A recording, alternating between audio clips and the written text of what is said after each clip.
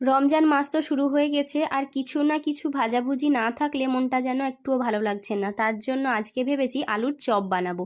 একটা আলুকে আমি সেদ্ধ করে স্ম্যাশ করে নিলাম, আর এইখানে দিয়ে দিলাম পেঁয়াজ, কাঁচা লঙ্কা আর একটুখানি আদা কুচিয়ে সেটাকে ভালো করে নেড়ে সেদ্ধ আলুটাকে দিয়ে দিয়ে দিলাম জিরের গুঁড়ো, কাশ্মীরি লঙ্কা গুঁড়ো আর লবণ দিয়ে ভালো করে নেড়ে নিয়ে তারপরে দিয়ে দিয়েছি একটুখানি ধনেপাতা কুচিয়ে। আর তারপরে দেখো গোল গোল করে আমি শেপ দিয়ে নিয়েছি আলুর কিমাটাকে।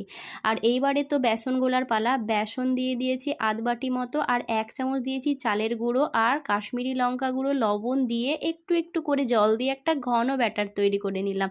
ব্যাটারটা তোমরা দেখতেই পেলে কতটা ঠিক করতে হবে। তারপরে আর কিছুই নয়, এবার তো কড়াইতে ভেজে নেওয়ার পালা। কড়াইতে একদম লাল লাল করে ভেজে নিলাম, আর দেখো কি দারুণ হয়েছে না, খেতেও কিন্তু অসাধারণ হয়েছিল। মেন ছিল কিমাটা বানানো। আজকের মতো টাটা।